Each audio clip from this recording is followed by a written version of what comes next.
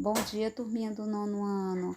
Vamos nós para a geografia, hoje falando sobre colonização, neocolonização e descolonização do continente africano.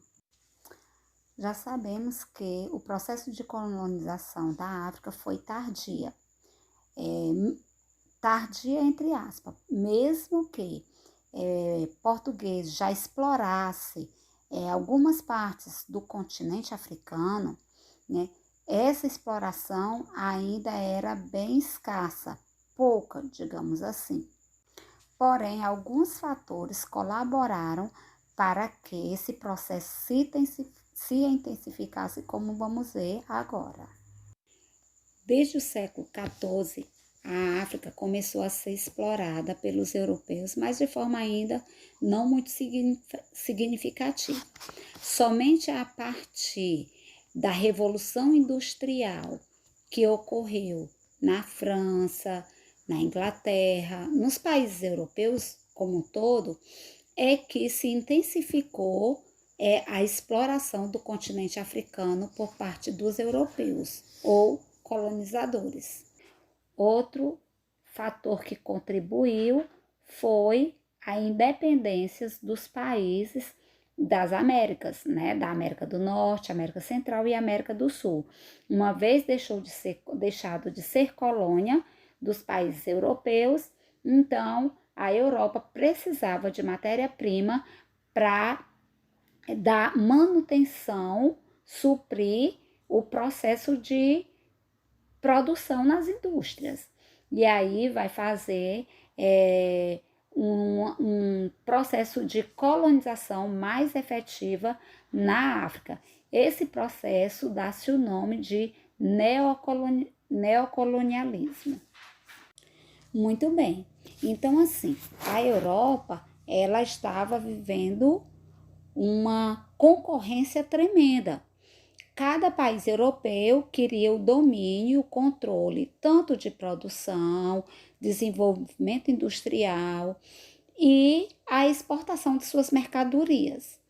Fato esse que, como eu falei anteriormente, eles não tinham mais o domínio da América, né? Nem a América Latina, nem dos Estados Unidos, e isso fez com que eles procurassem novas terras, aliás, terras que já eram deles, que era a África. E a partir daí, então, houve a Conferência de Berlim, entre 1884 a 1885, né, 14 países da Europa e os Estados Unidos reuniram para organizar o espaço africano. Melhor dizendo, fizeram a divisão de todo o território africano, fazendo assim a partilha da África entre eles. Vejamos então como ficou dividida, né, a África colonial a partir de 1913, desse processo de neocolonização. A Bélgica, França, Alemanha, Grã-Bretanha, Itália, Portugal, Espanha e estados independentes. Então, nós percebemos aí pelo mapa a África como uma fatia de bolo bem dividida para a Europa. E quais as consequências dessa ocupação, dessa exploração exagerada, tanto da Europa como dos Estados Unidos no continente africano?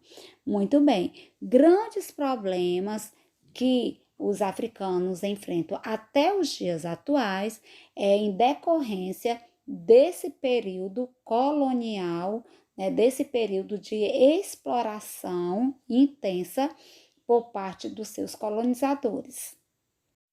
O processo de descolonização só veio ocorrer já no século XX. Em 1945, né, os países colonizadores perceberam que precisavam adotar novas formas de exploração e fizeram concessões, permitindo o surgimento de governos locais. Mas as tradicionais relações econômicas foram mantidas. Então, nós temos aí as concessões econômicas. E a partir daí, né, gradativamente, país vai conquistando sua independência. Isso, cada país conquistou sua independência em períodos, em anos diferenciados. Como podemos perceber no mapa, que mostra as datas em que os países africanos conquistaram sua independência, sendo Eritreia um dos últimos países a conquistar sua independência, precisamente em 1993, bem recente. Ficamos por aqui, beijos.